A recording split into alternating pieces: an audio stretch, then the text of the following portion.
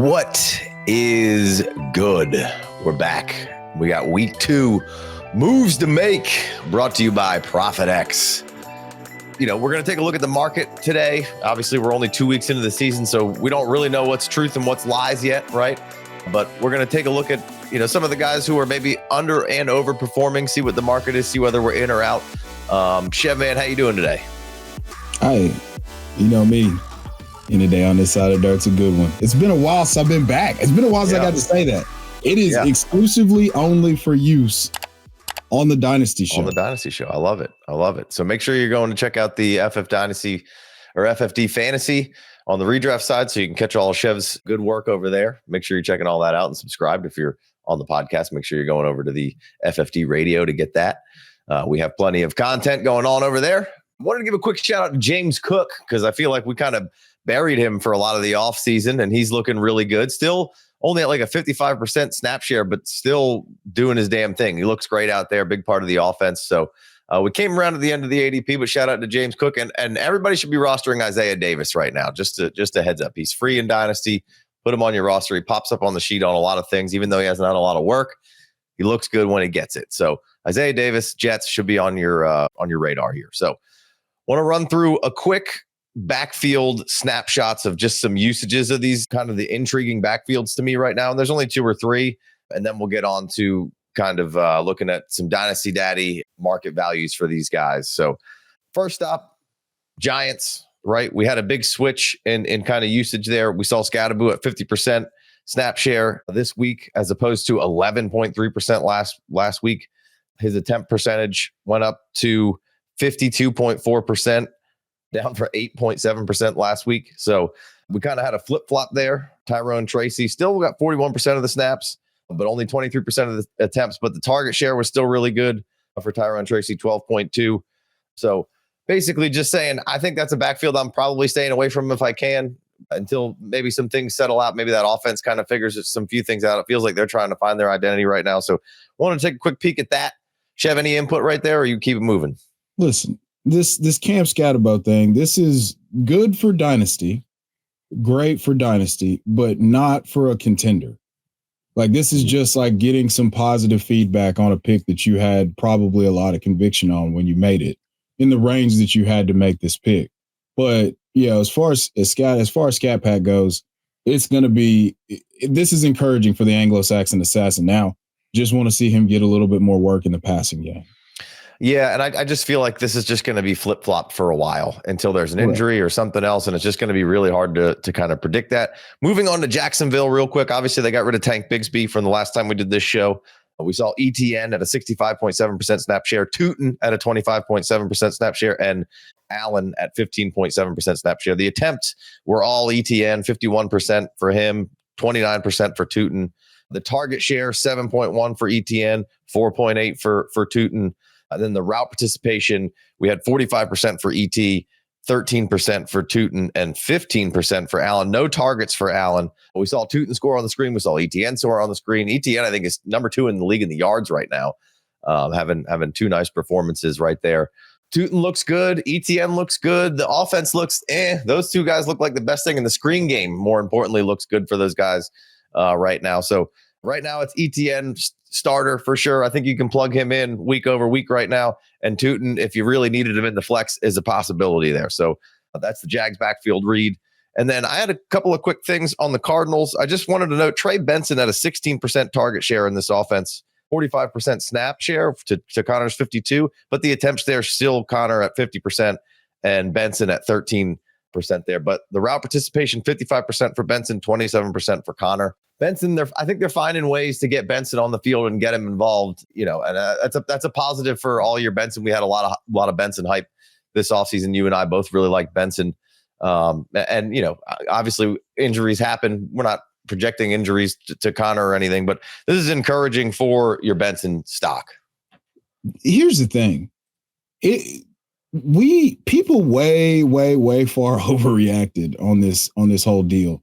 So now you've got Trey Benson averaging 7 yards a carry on the season and, being more efficient, being much more efficient than James Conner has been. Now, granted, this is, a lot of the 55-yard runs doing a lot of heavy lifting. And it seems like it seems like their life after Clayton Adams, who's a big part of why this run game design was such a, is going a little bit difficult. But here, just a little context.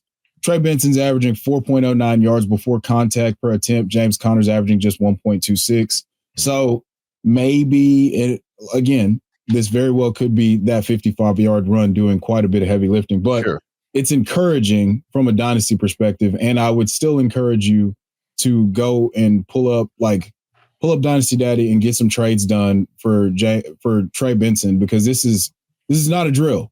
Like, we could be staring at him in like a Chase Brown type workhorse role if the team decides to move away from him in 2026. So don't say we didn't warn you. I've been telling you for 6 months now to get him on your team. Love the dynasty outlook for Benson, and he's looked pretty decent in there. And then one more real quick before we get out of here and get into some market value. I just thought this was kind of an important thing coming into here. We had Sharbs and Kenny, 3 sticks.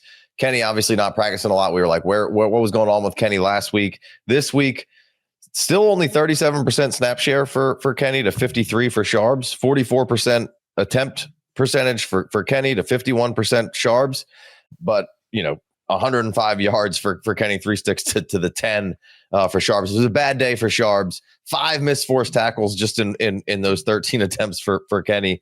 Both had a 7% target share and both participated in the exact same amount of routes. But what we saw from Kenny yesterday is what Kubiak is counting on getting from Kenny. So if Kenny can stay healthy, I think you'll see a bigger shift happening.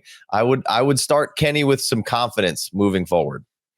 Yeah, with Kenny, this is just kind of, they gave him a little runway for ramp up. Sharbs was there. Sharbs was the man. So I feel like this is kind of a sacrificial. We're going to make you the starter. We're going to see what happens. And then this past week, they were like, all right, this went pretty well. Let's do it again. And then the snap distribution and the carry distribution was a little bit different. A little bit very similar to week 1 in terms of distribution. And then Kenny just showed you what he can do. Like, you just need a crease, and he's going to change your day. He's going to make your fantasy day. So really excited to see that. You were preaching the good news about Kenny 3 sticks and not giving up on him and not panicking, and what, Robbie Oots and this fullback and the system could mean. So you see that block he had to spring him on that one. Holy shit. But that's what they're going to be. Think Niners on the run game. And that's what you're going to see. And it's going to take a minute. And this is new. And if Kenny can be healthy, that's what you needed. Here's a couple trades that happened today with Kenny Walker. Caleb Johnson and a 27-second for Kenny Walker. These are just today trades. A first for Kenny Walker and a 4th. Kenny Walker for a 26-2 and a 26-3. But then this one's a little more convoluted, so I won't do that. So these were a couple trades that just happened today to give you an idea of where Kenny Walker's seems like a fairly cheap market still on Kenny. So some people might be looking to get out. I'd be looking to get in. I'd ride the risk of what the upside could be in this offense and what Kenny can provide. Now, health is going to be a big part of that. So, all right. If you're looking for more FFD, sign up for a Patreon or YouTube membership and get access to the ADP, Dynasty rankings, the rookie draft kit, and extra shows every week.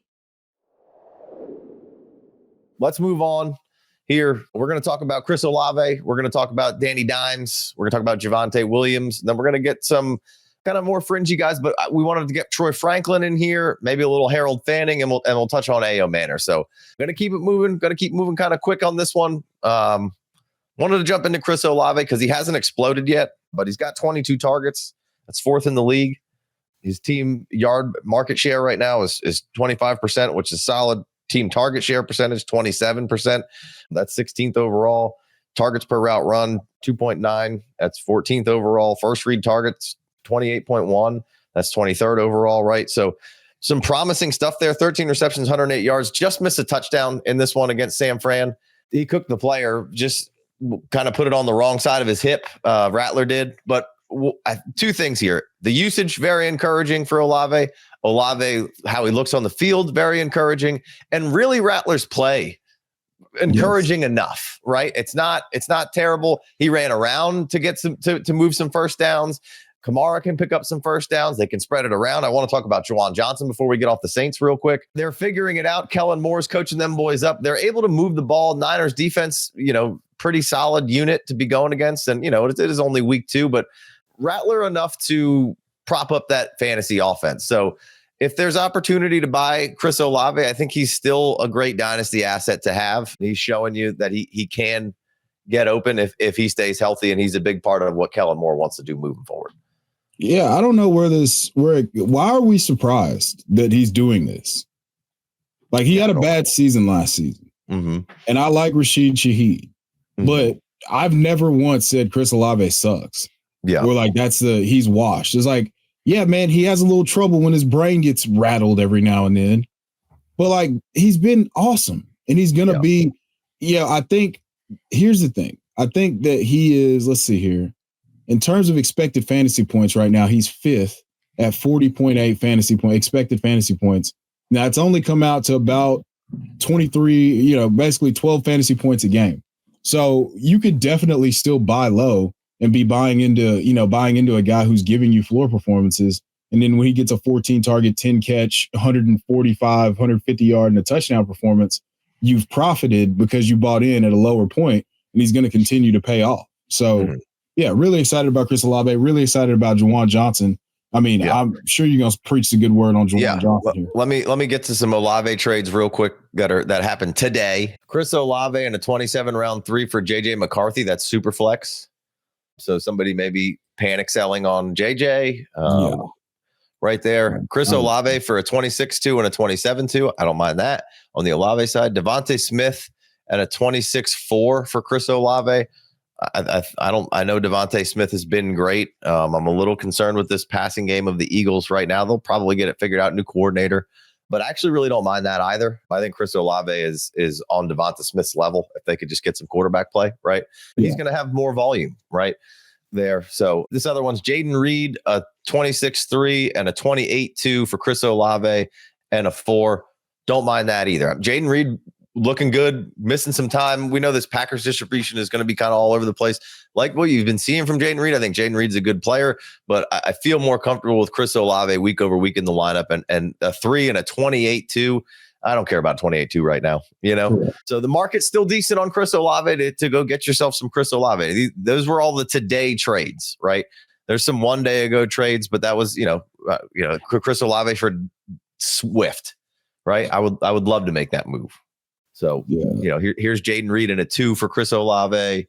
Chris Olave for Bryce Young. I would probably still take Bryce. Still, we'll have to do some Bama Bryce talking there. But market's still decent on Olave. I'd like to get in there. And I wanted to just highlight what Juwan Johnson is doing right now. We've seen such good production from Juwan Johnson in spurts here. Still only 29 years old, and just another one of these Penn State tight ends that's dominating the league right now. Obviously, the last stop he had was Oregon, but he had 3 years in Penn State. But right now, man, he is crushing this team in first read targets at 31%. His target percentage right now is 25%, so just below Chris Olave's. He's got 20 targets, 125 yards. His team market share is first with 29.7%. So Juwan Johnson right now seems like an extremely safe play. Big Co talked me into playing him this week over Evan Ingram because of the injury, and we weren't really sure. And man, oh man, did that really pay off? And he's looked good out there. He's a converted receiver, and they're making good use of him. And he looks like he is a nice cheap asset if you're reeling at tight end right now. So I mean, this was on the redraft side. I was talking about him. I mean, we're talking. He's right now 8th in the entire league in targets. He's averaging 10 targets a game as a tight end. That's Trey McBride-esque volume. Like that's what we're looking at right now. And he's a converted receiver who was Derek Carr's preferred pass catching option in the red zone in the days of yesteryear. And now with a full snap share, no Taysom Hill, no Foster Moreau, he's blossoming. And this is a guy who could turn into 12, 13, 14 points a game. You get that 14 points a game mark as a tight end. That's some special stuff. That's a special area that you've ascended into. So I think that this is sustainable. The usage is sustainable. And, it's a free space on your bench right now. Yeah. And Taysom Hill, I think got injured in December, but with an ACL, I think. Yes. But I can't see anybody coming back and unseating Juwan Johnson right now. And there are 1, 2, 3. There's 4 trades in a row here today that Juwan Johnson traded for a 3. If you're a competitor, I would love to trade, and especially these are 1 point tight end premium, 1 point tight end premium, half point tight end premium, all F and day right now. If I can get this production and ride this wave for a little while on this guy, I'll flex him out all day long right now from what you're seeing. And this could be all year. This could be a guy that's indoctrinated in Kellen Moore's system for a minute here. He's only 29, which is in tight end. He might as well be 25. So right, he's just hitting his prime in tight end years. Yeah, so a nice cheap snag and plug potentially right here for the Juwan Johnson fan club. We've for a long time we've had Juwan in them trenches over here, so it's good to see our boy back in the throes here. All right, let's move on to Danny Dimes, Indiana Jones, however you want to frame it. No longer he is blossomed from, like I said on week 1, from dime store hooker to Julia Roberts here. He looks the part. He's this year's Sam Darnold. He's Cinderella in the glass slipper. He's everything you could want right now from exactly what you paid for him. The Giants are just looking around going, damn, Saquon left and he's good. Damn, Daniel Jones left and he might be good. Like, this is that time where the girlfriend's looking around. She's like, it's me, isn't it? It's me. I think it's me. It's me. I'm the problem. Yeah. I'm the problem. Yeah. Joe Shane is the problem. Yeah, Joe Shane looks like he's probably on the short list of things to go there. But really, Dimes, he's off to an incredible start. Fantasy points per dropback, 0.74. That's number 3. 6th in completion percentage, 71%. 2nd in yards, 3rd in yards per play. The question is are they real and spectacular, or are we going to see flaws here kind of moving forward? That's a little Seinfeld reference for you. So that's a quality callback. For the record, they're real and they're spectacular. and I don't know. They could be the Saints from last year. We just finished talking about the Saints. They could be that. I'm not really sure. So what's your projection on Dimes? And then we'll look at the market on them. I mean, you've got to take this as for real. I mean, we've seen flashes of him playing. We've seen flashes of him playing competent quarterback when he's protected. Now, I think that this very well could be this year's Sam Darnold. I mean, you've got the play caller who's had success with a guy of similar style before. We projected all of this for Anthony Richardson. Daniel Jones has the similar level of mobility to Anthony Richardson. As funny as that might sound as a statement to make when you look at like the athletic profiles, but it is what it is. He's mobile. He's big. He's got a big arm. He's playing with confidence. So yes, I think that this is sticky. If you're a contender and you just lost Justin Fields and you lost JJ McCarthy, Burrow. Yeah. This is a guy that you can go get for not a first round pick, probably still. And you're gonna be able to stick 20 points a game into your lineup with spike weeks that end up being like 35. Yeah, he's been great. He's got some legs. He can get it in from the goal line. He's robbed JT a few times, but this is a perfect example of like, depending on where you're at and this is just Dynasty in a nutshell, but where you're at in your team build. And there's so many people who are dying to get rid of Daniel Jones right now. And they're like, oh shit, I just had the come up right here. I just found something in the couch. Right. And now, I'll take a second all day for Daniel Jones. I got a team that I inherited as an orphan.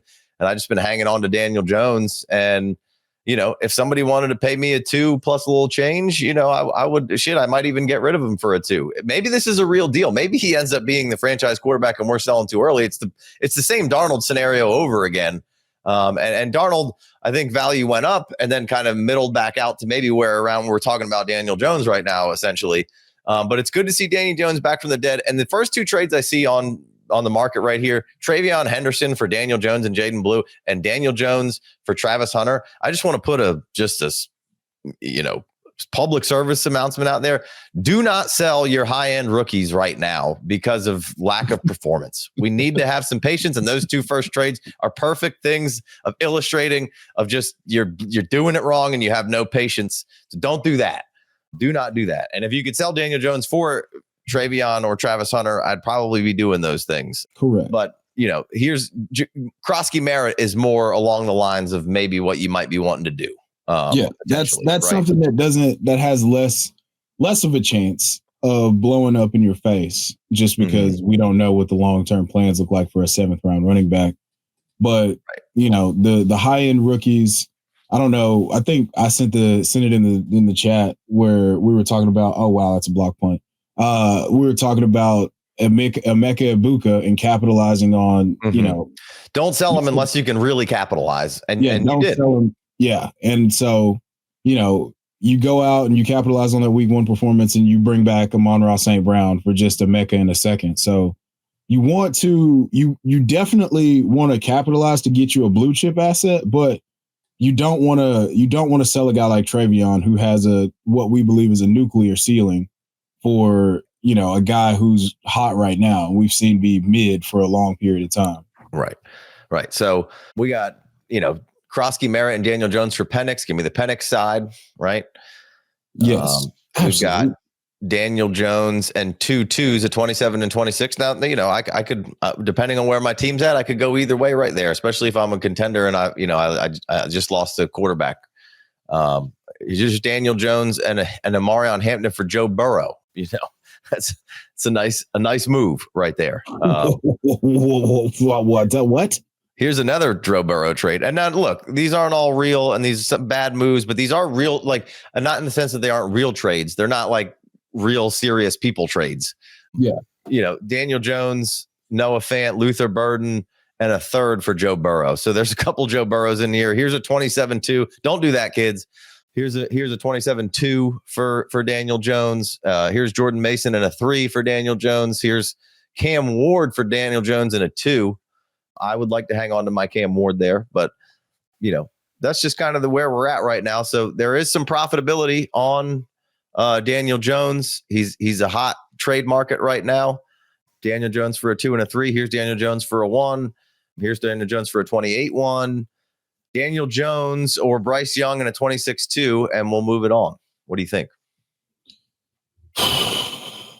Yeah, I mean, listen, those trades where Daniel Jones is involved to like tier up to another quarterback or another quarterback that has a little bit more contract security or something that we're a little bit more certain about, we need to be all over that. And you don't need to be selling injured assets for Daniel Jones like Joe Burrow. Please don't do that. Yeah. Don't do that. Before we move on to the next guy, we got a little business to attend to. Our new sponsor, ProfitX, who we're really excited to be partnered with for the NFL season here. The phrase "house always wins." Well, not anymore with our new sponsor, ProfitX. ProfitX, America's #1 sports prediction market, is a peer-to-peer sports prediction market where users play against each other instead of a sports book versus the house. You almost always get a better price on the spread, the money line, the total, or player prop since you're playing against people rather than the book. Looks and feels like a sports book, just with way better odds. So what are you waiting for? Go download the app and get to work. We've been having some success over here. Go check out the Gambling Show to tail some stuff over there. Joseph and Jeremiah and Chev are cooking up some great stuff over there. It's a good, successful first week. Last week, we hit on some of the calls on the reads. So you can ride with us. Use promo code FFD. Claim up to $200 in profit cash on all the plays for the first 30 days playing on sites. Terms and conditions apply, of course. Just a quick look. It's Monday, so I don't want to get too crazy here, but we got early injury news on Burrow and JJ McCarthy. So looking at this Cincy Vikings game under 46.5, that could be an interesting play. And it's Monday. We'll have more reads as we move forward, but for this particular juncture, what do you got, Chev? Yeah, I'm going to play the under in the Vikings, or not the Vikings Bucks, but the Jets and Bucks game for week 3. Potentially no Justin Fields, that they came crashing back to earth. Yeah, we're going to go under on the Jets Bucks this week. All right. You heard it here first. Hey, real quick, if you're not in the free Discord channel, what are you doing? All right, let's keep it moving. This guy, in Chev's case, he had a fire ladder. He got out of the house quickly. There was a fire. He escaped. Javonte Williams, looking good. I shouldn't say good. Looking decent. Looking last playable. Looking like a great return on investment from where you took him this year, right? No, we saw a little bit. I said this on Football Show earlier. We saw a little bit of Chapel Hill Javonte this past week.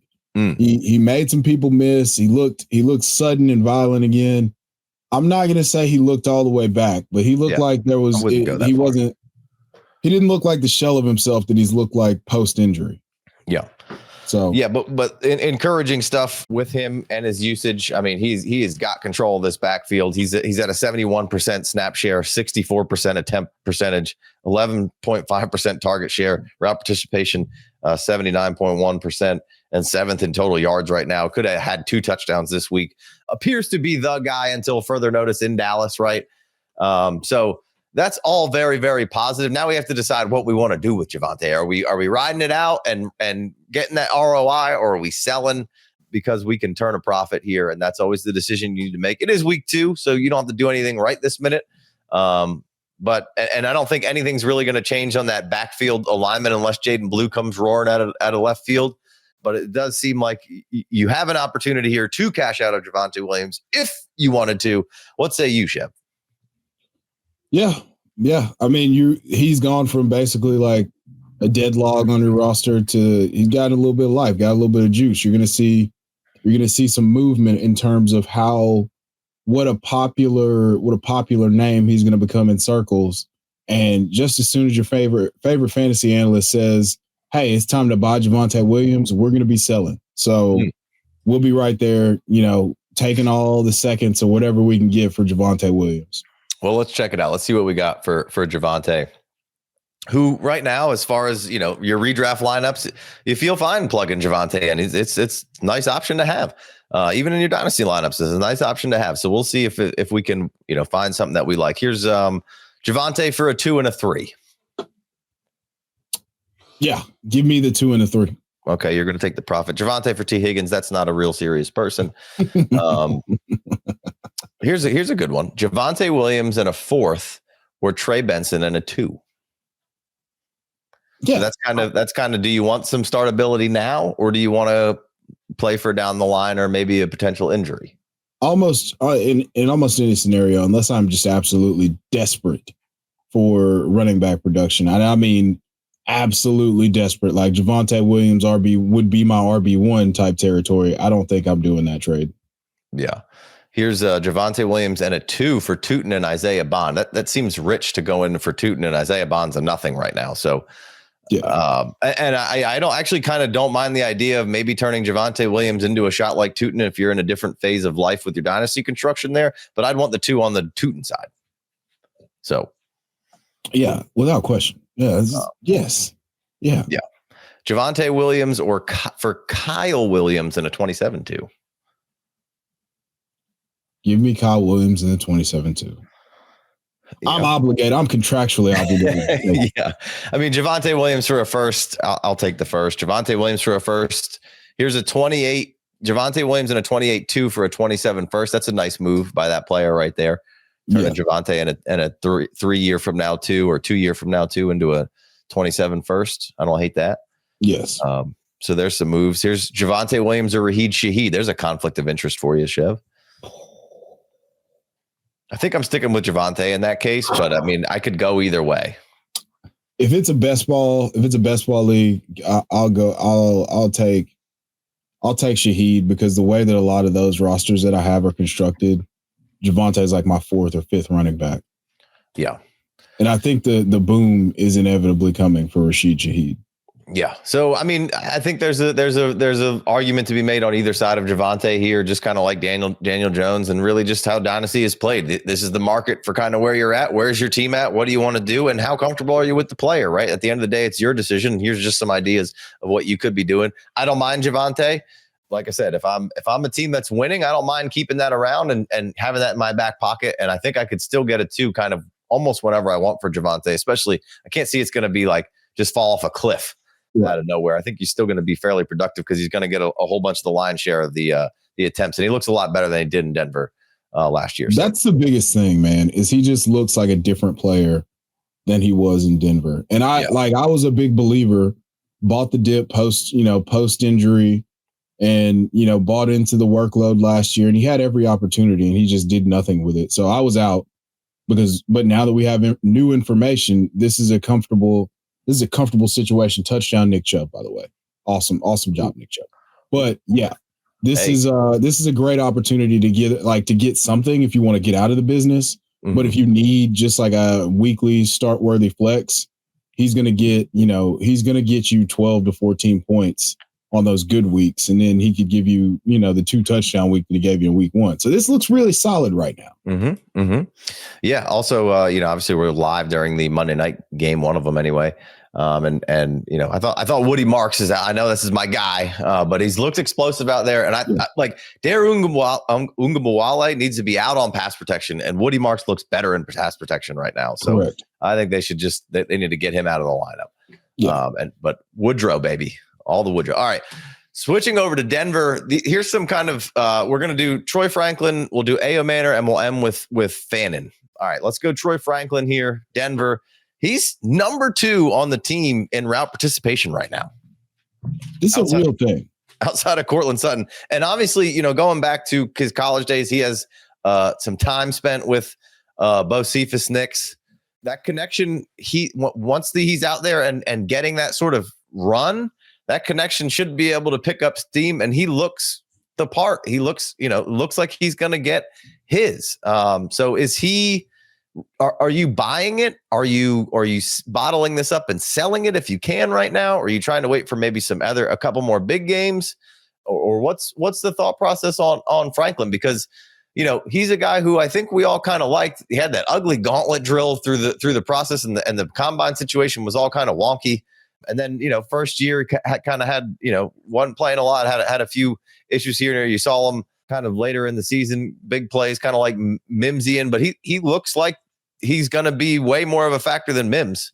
I don't know where Pat Bryant comes into this, and I don't know when Evan Ingram's healthy, how that rolls out. And I don't know when these running backs get more involved with some checkdowns here. But for right now, Troy Franklin is the number 2 pseudo. I mean, this last week he operated as the 1. So what do you do what's your thoughts on Troy Franklin?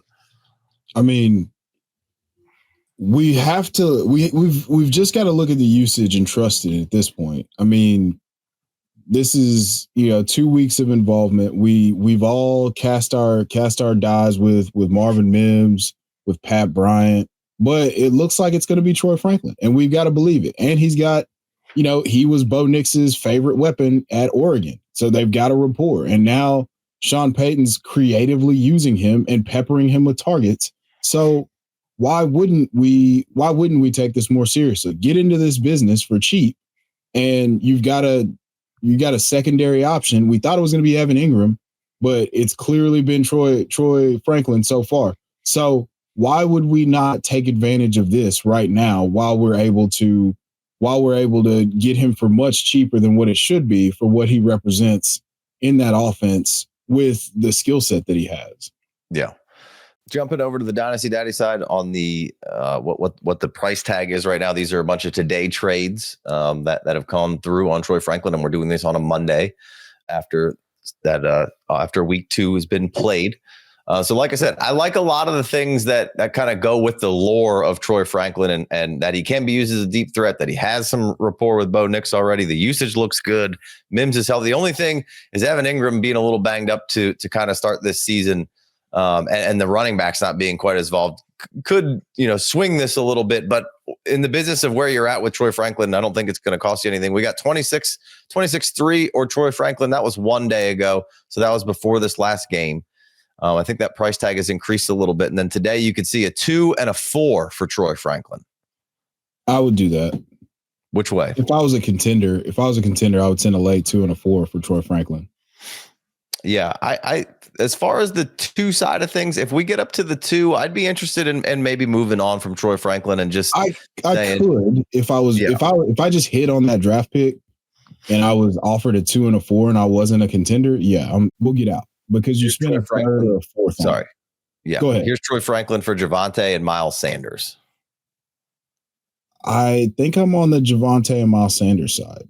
I think I would rather have that too. It just seems like, but Troy Franklin could come storming in here and really become a household asset. But right now, I'm gonna I like the usage. I like everything about him. If I could still buy him for like 3s and 4s and some fringe players, I would. Anything we get into the 2s, I'm starting to say maybe I would go the other way right now. This one's kind of interesting. Franklin and a 27-2 or Tesla and a 27-3. Wow. I think I'm on the Franklin and the 2 side. I like what I'm seeing from Tesla, but now that Jameson Williams is signed and locked in over there, I think I'd rather roll on the other side of that one.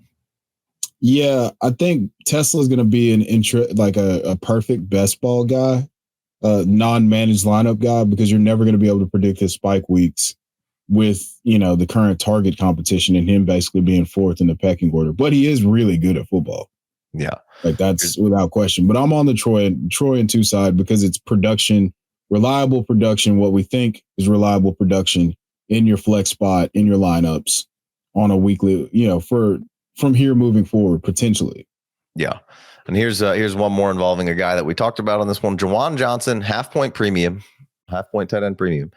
Juwan Johnson, Mac Jones, and Aaron Rodgers in Superflex, or Troy Franklin. I like that Juwan side. Yeah. What is that? Why is that? Oh, am I okay? So Mac Jones, Aaron Rodgers, and Juwan Johnson for Troy Franklin. Yeah.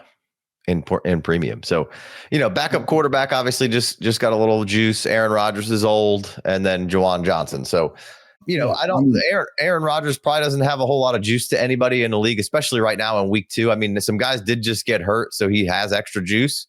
I'm sure right this second, Mac Jones just won a game and looked decent, but everybody hates Mac Jones. We're the only podcast that gives Mac Jones any love. And then, Juwan. But let's take all that. Let's just call it Mac Jones and Juwan Johnson or Troy Franklin. And what would you do there in half point tight end premium? We'd take away the Aaron Rodgers part of it. I think I would go with Juwan. The Juwan and Mac Jones. Yes. I kind of like that side too, but I think maybe we could be looking back in 4 weeks and being like, that was awesome or that was terrible on the complete wrong side of things. So a little Troy Franklin action for your pleasure. I want to stop in quickly on Ayomanor, and then we'll end with Fanning. Ayomanor seems to be a real thing. We talked about it on the football show, live Mondays at 11 and live Wednesdays at 9 p.m. Make sure you're checking those out. Good stuff. But as far as Elic Ayomanor, real thing. First question: are you bought in? Because you're the company Titans guy. And then number 2, what's the price tag right now that you'd be willing to pay for him? Because I'll let you answer. Is it all right? Is he real? And would you pay it too? He's absolutely real. And a 2 is a 2. Ayomanor or Franklin. This is going to sound so homerish, and I can't justify it. Give me Ayomanor. I feel the same way. I feel like such a completely bought into Franklin, but I feel like, and this is bad logic because I'm just young quarterback growing with their could be what is their number 1 guy moving forward. But I mean, young quarterback growing with a guy that he already knows really well could be awesome moving forward. Lot more up for debate, I think, in Tennessee than in Denver. The issue is you keep seeing Elic Ayomanor doing awesome stuff, and you keep seeing Cam Ward make these plays, and it's hard not to envision them, ascending together. Like this could be the next great duo, but you could say the same thing. Absolutely could say the same thing for Bo Nix and Troy Franklin, who have a collegiate rapport already built up. Right. I think Elic Ayomanor is a true alpha, prototypical X wide receiver with position versatility. And I think that this is the time that we need to take note. This is probably the cheapest that it's going to be, unless we continue to suck really bad and we draft Jordan Tyson.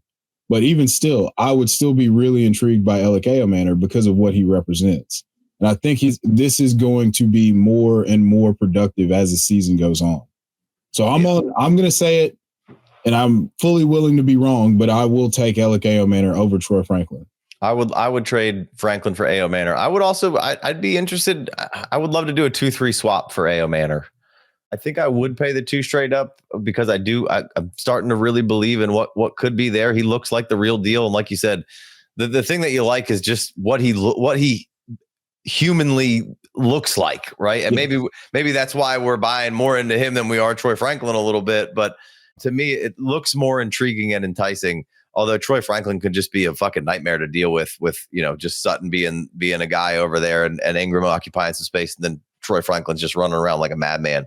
And we know how quick he is and productive he's been through his college career. So, all right, last one here, because we polled the patrons and a lot of these guys were guys they wanted us to talk about. But Harold Fanning was the guy that they wanted us to hit on. And I'm sure we're going to talk about Fanning a lot this season, and we'll do a whole bunch of rookie talking. But I want the rookies to breathe a minute before we really get into that, because we're just not really seeing a whole lot from a lot of them right now because it's early in the season and yada yada yada. But by week 4 or 5, we'll do a rookie recap and talk more rookies. But again, like we said, if anybody's selling the high end rookies for cheap, like we saw with in the beginning of this episode, go ahead and pounce on that. But Harold Fannin Jr., half point premium, Harold Fanning or Luther Burden? Half point premium, Luther Burden or Harold Fannin? Still Burden for me. Yes, that deal is much more likely to get accepted right now than it was on September 3rd, 2025. Mm-hmm. Absolutely. Yep. Unequivocally, that deal would get accepted now, but here's the thing. You have to hold firm on your priors as a dynasty player, and nobody had post-draft, unless you were just Harold Fannin Jr.'s cousin or something like that. Like, nobody had Harold Fannin in the same range, same tier as Luther Burden. Mm-hmm. So this is a process thing for me. It's just holding firm to your process. But you were open. I was open to the possibility that Harold Fannin Jr. was awesome. And now that he's showing you that he's awesome, this is still, you just a delayed gratification, because the ceiling, I believe, could be much higher for Luther Burden. Yeah, no, I haven't really seen anything from Luther Burden yet. Obviously, the Bears are come out and been a bit of a mess. Cleveland's been fine, but Fannin usage is nice to see. Kind of even through the first game was awesome. Second game was still decent. But I'm going to stick with Burden there. I just think what could be. Obviously, Joku may move on after this season. I think they found something in Fannin. He was productive. And kind of like Ayomanor, we started giving Fannin a little bit of love near the end of the process. We always kind of had him in that, early third, mid third in tight end premium. And then feel like we started moving him above some guys. So nice to see him kind of doing some things. Harold Fanning or Colston Loveland. You should still take Colston Loveland. I know nothing has really happened with Loveland, but you probably should. That's half point premium. You got to stick with Loveland. Obviously, Fanning is getting the usage right now, but it's okay. Breathe,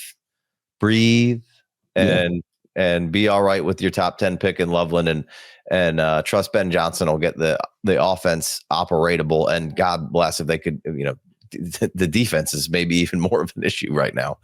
Loveland in that one. Here's one: Harold Fanning or 26-3 or Keon Coleman.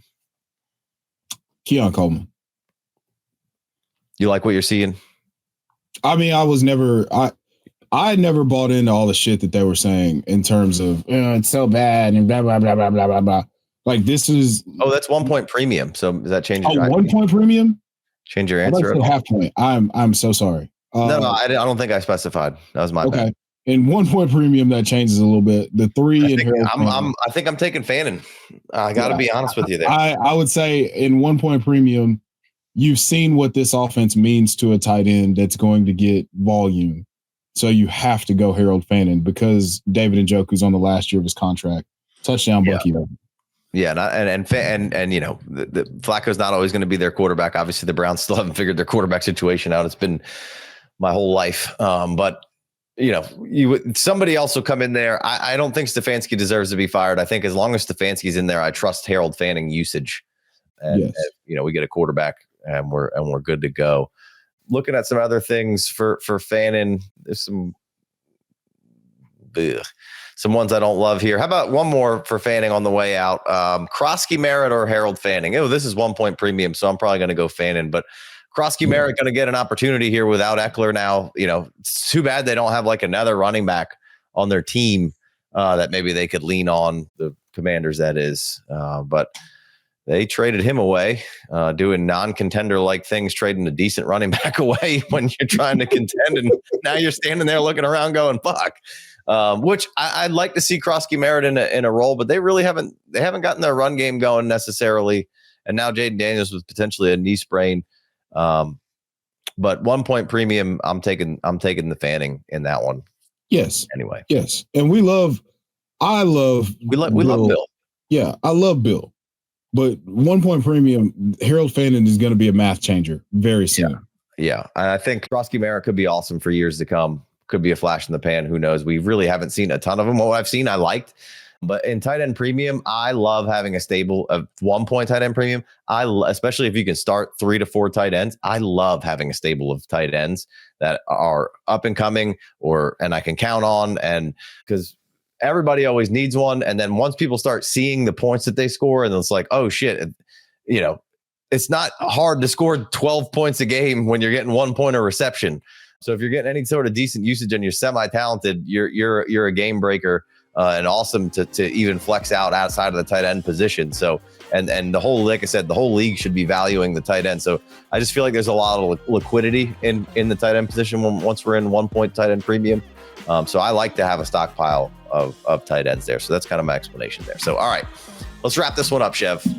Take us out of here. Hey, I'm back for the time being. And until next time, there's ball watchers and ball knowers. Assign yourselves accordingly. Peace.